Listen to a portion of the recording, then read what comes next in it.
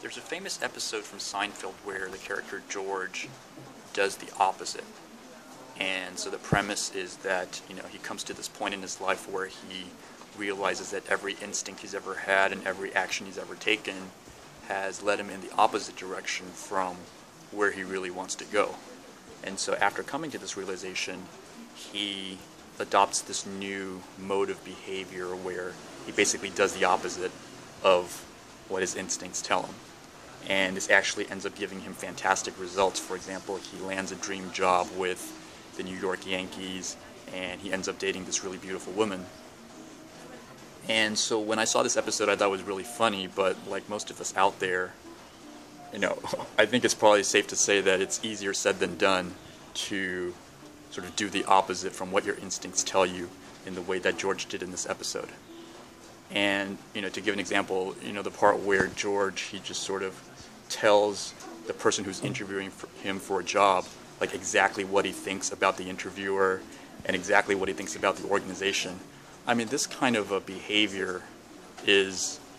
even though it seems very refreshing and inspiring when we see it, but a lot of us would probably agree that it sort of takes a lot of courage, and it may not be something that we can muster up right away if you've always been used to sort of saying the conservative thing and just doing the safe thing. But what I realized over the past few months, and especially after having dealt with my TMS experience and also just other aspects of my life lately, that there's definitely something to the idea of doing the opposite. But it comes down to one important thing, and that is, how do you face those negative emotions that arise from when you start to do these kind of opposite things from what you're used to? How do you deal with the fear and the sort of doubt that creep into your mind when you attempt to do something that goes against the grain of what you're conditioned to do? And so I'll take an example which actually happened in my life recently, is that, for example, if there's something that I wanted to say to my boss, for example, if I wanted to ask for a salary raise, and it's something that I really want to do, but by instinct, it's not something that I would feel very nervous and not be very reluctant to sort of bring this kind of thing up.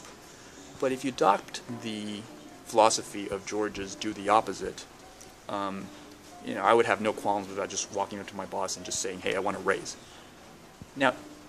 what I realized was that maybe that kind of action was too much for me to handle, in terms of I couldn't muster up the courage to do that,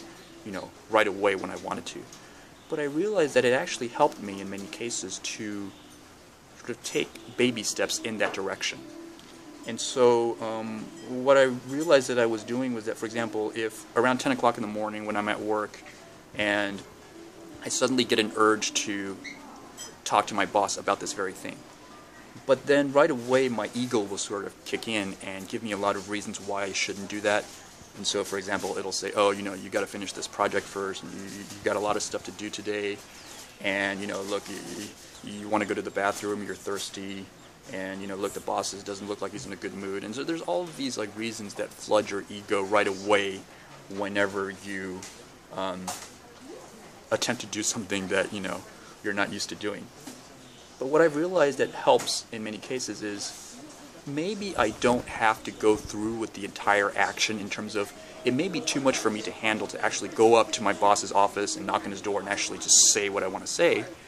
but at least I don't have to be pushed around by those ego excuses all the time. So one very simple thing is that, suppose one excuse is that, oh, I have to finish writing this email before I can do anything. And instead of actually listening to that ego excuse and finishing that email, I've learned that, actually helps me in many cases just to put down my hands and, not look at the screen and actually just do nothing.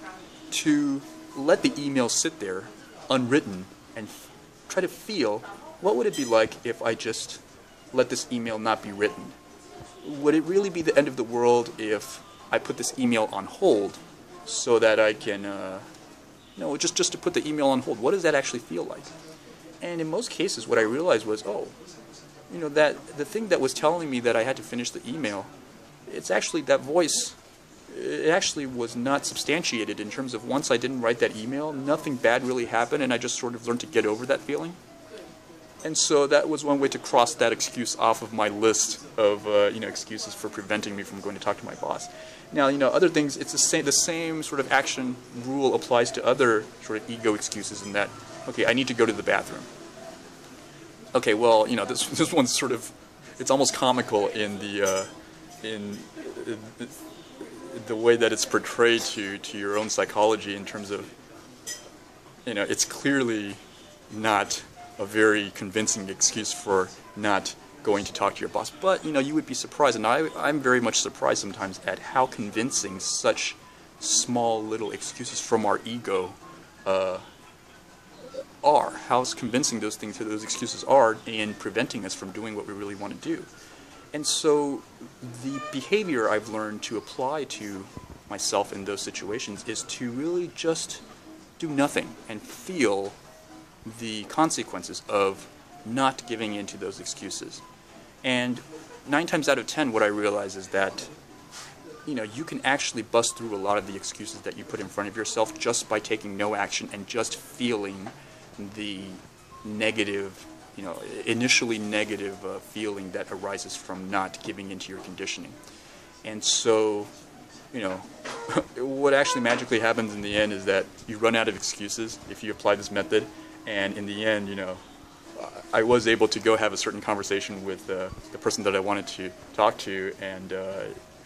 I've just learned that wow, this sort of doing the opposite thing does really, there really is something to it if you sort of take it in baby steps, and maybe could really help us to think out of the box sometimes and to get different results from what we're used to getting.